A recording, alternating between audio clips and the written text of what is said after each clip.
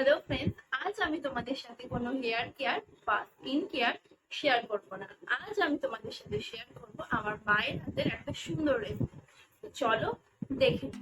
আজ আমি তোমাদের সঙ্গে শেয়ার করব কি করে তোমরা খুব সহজ পদ্ধতিতে সোয়া চিলি রান্না করবে। প্রথমে আমি 4 কাপ জল নিয়ে সেটাকে গরম হতে দিয়েছি। এরপর অ্যাড করে নিচ্ছি 1 চামচ লবণ।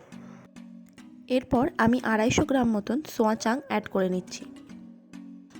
এরপর আমি সয়াবিনগুলোকে খুব ভালো করে সিদ্ধ করে নেব, যাতে আগের থেকে অনেক সফট হয় ও খেতে আরও ভালো লাগে। তোমরা দেখতেই পাচ্ছ সয়াবিনগুলো আগের থেকে অনেকটা ফুলে উঠেছে। এবার আমি নামিয়ে নেব। এরপর সয়াবিনগুলোকে ভালো করে জলে ধুয়ে একদম ভালো করে চিপে নেব, যাতে সয়াবিনে একটুও জল না থাকে। এরপর আদা রসুন পেঁয়াজ লঙ্কা বাটা আমি 2 চামচ নিয়ে নিচ্ছি। এরপর অ্যাড করব 1 চামচ নুন। এরপর আমি হাফ টিস্পুন লঙ্কার গুঁড়ো অ্যাড করছি। এরপর একটা ডিম দিয়ে দেব। এরপর 1 চামচ সোয়া সস আমি অ্যাড করে নিলাম। এরপর একটা বাটিতে আমি 3 চামচ কর্নফ্লাওয়ার নিয়ে সেখানে half teaspoon black pepper add করে নিচ্ছি এবং ভালো করে জল দিয়ে মিক্স করে নিয়ে অ্যাড করে দিচ্ছি। এরপর এগুলোকে খুব ভালো করে সোয়াবিনের সাথে মিক্স করে নেব। তোমরা এখনও যারা আমার চ্যানেলটাকে সাবস্ক্রাইব করোনি তারা এখনই সাবস্ক্রাইব করে নাও ও পাশে থাকা বেল আইকনটিকে ক্লিক করে দাও, যাতে আমার ভিডিও তোমার কাছে সবার আগে যায়।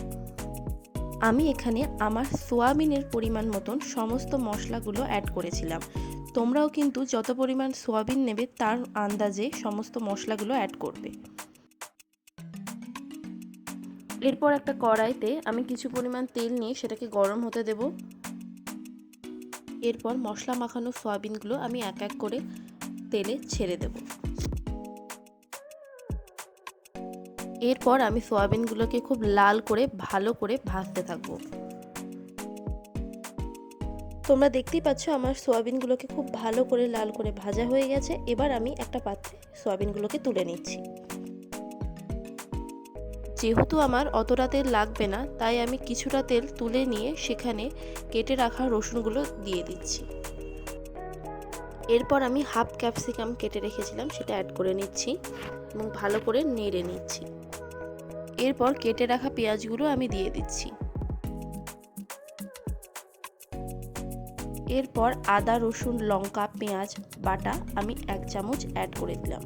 এরপর এটাকে খুব ভালো করে নেড়ে নেব এবং হালকা লাল লাল হয়ে আসলে আমি সেখানে সসগুলো অ্যাড করে নিচ্ছি। প্রথমে আমি নিয়েছি 1 চামচ টমেটো সস এবং 2 চামচ সোয়া সস।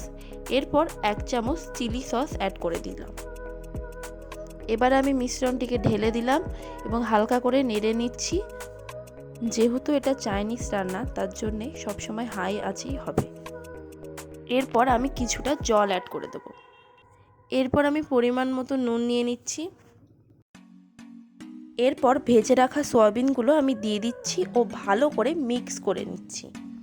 একটা বাটিতে আমি 1 চামচ কর্নফ্লাওয়ার নিয়ে সেটাতে জল দিয়ে ভালো করে মিক্স করে নিয়ে মিশ্রণের মধ্যে ঢেলে দিচ্ছি।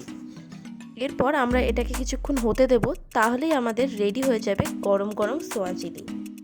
এটা অনেকে রুটির সঙ্গেও খেয়ে থাকে, আবার অনেকে ফ্রাইড রাইসের সঙ্গেও খেয়ে থাকে। তো বন্ধুরা, আমার এই ভিডিওটা ভালো লাগলে লাইক কমেন্ট আর শেয়ার করতে একদম ভুলো না। দেখা হচ্ছে নেক্সট ভিডিওতে।